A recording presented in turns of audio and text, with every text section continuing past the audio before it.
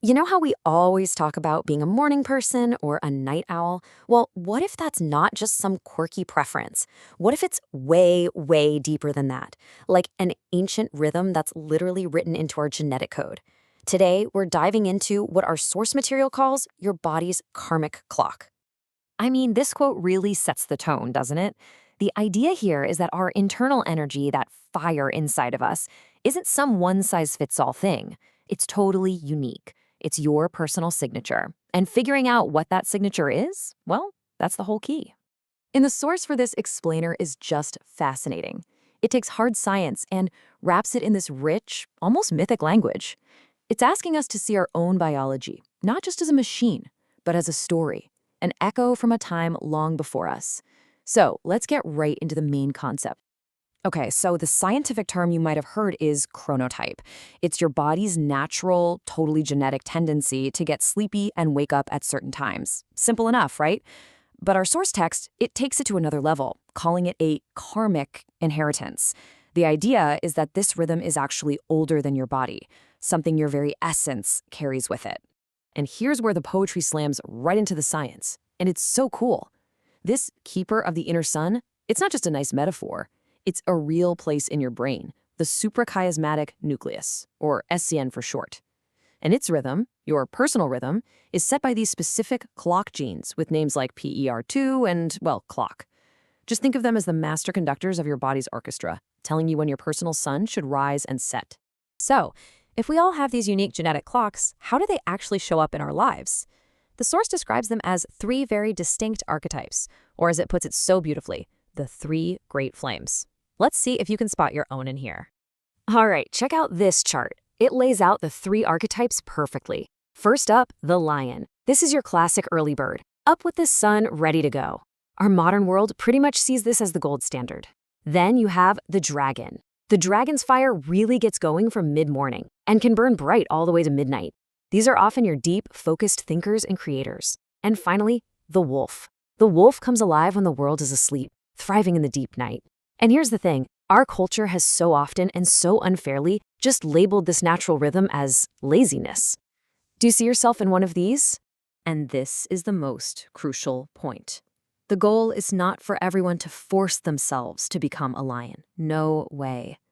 The real work is to figure out your own rhythm, whether you're a lion, a dragon, or a wolf, and just stop fighting it. To stop treating your own biology like it's some kind of mistake. Okay, we've met the archetypes, but now let's go a layer deeper. What's actually happening inside our cells when we either honor or, completely ignore these biological rhythms? What is this secret wheel the source talks about?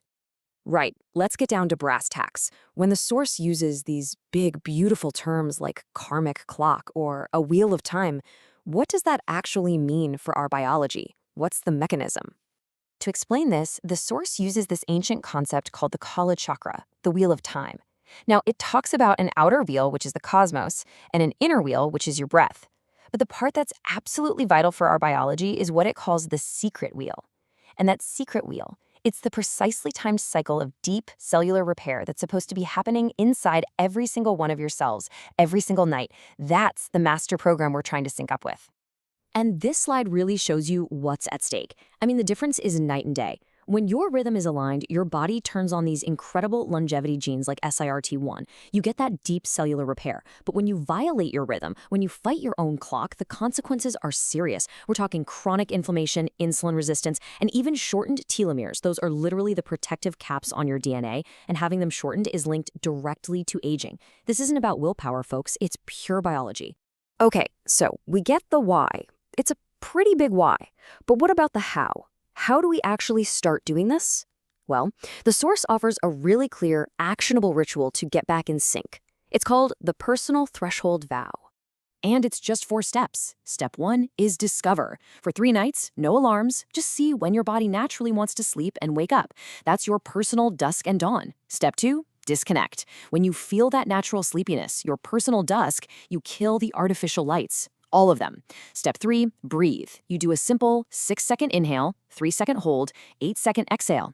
And finally, step 4, you rest. Unbroken darkness until your body naturally wakes you up. That means no phones, no turning on the bathroom light. And as you're doing that breathing exercise, this is the vow you silently repeat to your own body. I will no longer steal from your repair. The darkness is yours. I am its guardian. It's really about letting go of control and just letting your body do the ancient, essential work it knows how to do. So, what's the big picture here? When we zoom all the way out, what's the essential thing to take away from all this?